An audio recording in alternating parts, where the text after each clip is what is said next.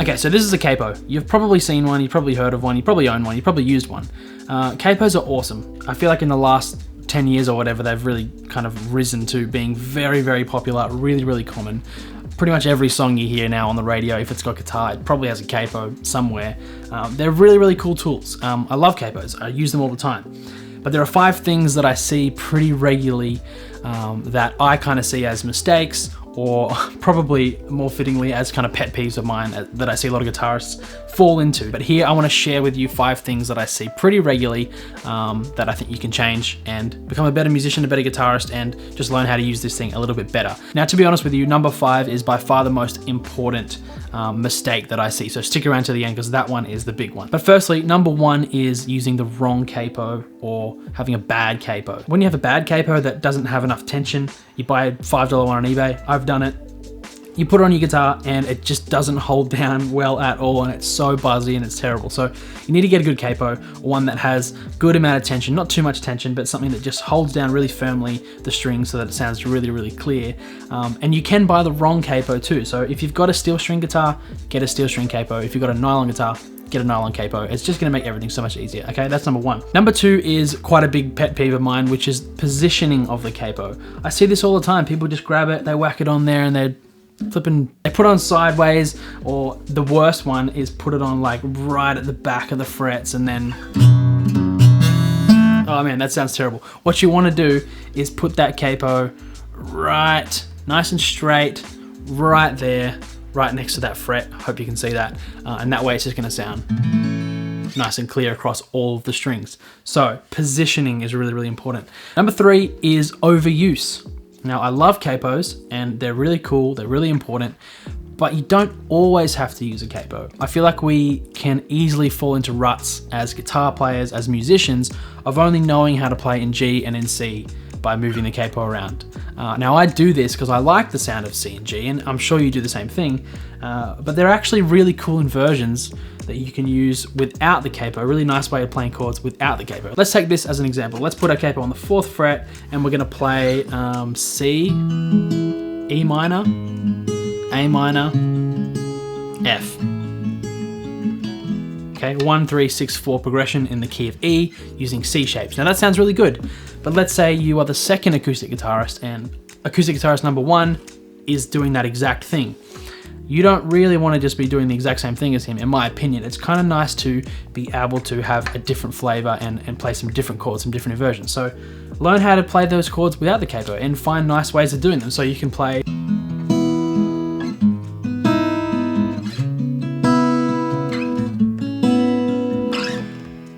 that's really, really nice. So there are things you can do without the capo that sound just as good, sometimes even better than with the capo.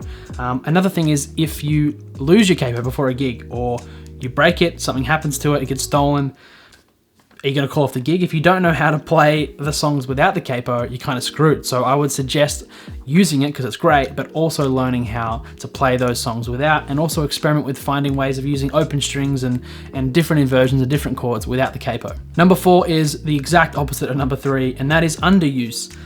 It's surprising to me how many guitarists, and especially electric guitarists for whatever reason, that don't really use capos. They don't have one, they just don't use it. Man, I think that's a crying shame. I love capos. They really help with creativity. They really help with getting things to sound different, using open strings, which I'm always a fan of. There's nothing wrong with playing, you know, playing kind of block bar chords. Let's take a progression like G minor, E flat, B flat, F. Right? Now, if you're kind of new to guitar, that's going to be hard to play because they're bar chords. A capo can help us play open chords, cowboy chords that we're used to, which is really, really cool. But also it kind of opens you up for different inversions, different ways of playing chords, different colors. So let's approach this chord progression as, let's say, an electric guitarist to kind of come up with something that sounds a little bit more interesting and different to just those block chords, those block bar chords. So what we could do is put our capo on the 3rd fret, maybe put on a little bit of reverb, go to the neck pickup, you know, change the sound up a little bit, and then do something like this.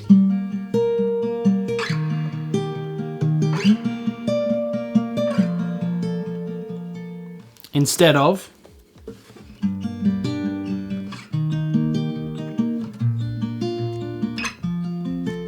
I just feel like it kind of changes things up a little bit and really adds something tasty, something that I enjoy anyway. So while we don't want to overuse the capo, we want to know how to play those songs without, we also don't want to underuse the capo. We want to have one of these tools because it allows us to do things that we actually can't do without it. So if you're an expert electric guitarist who doesn't think they need a capo, man, just pick one up. It's really cool. There's cool stuff that you can do, because if you're using the same kind of inversions for every single song, you know, with or without the capo, it's all gonna sound the same. So I reckon let's all try and get better at using it and not using it, if that makes sense. Okay, number 5, the most important thing, the biggest pet peeve of mine, the biggest mistake I see guitarists do with a capo. I see it all the time, okay? Okay, this is what I see. You're playing guitar, a song on the 3rd fret, you're playing the song, okay, sweet. You finish that song and now you gotta put it up on the 7th fret. And so I see this all the time. Guitarists take it off, they tune their guitar with the capo off, and then put it up on the 7th and then go for it. Now, well, you might have fallen into this, you might have done this before, and it's okay. I'm here to help you. I'm here to, you know, point this out for you because I care about you.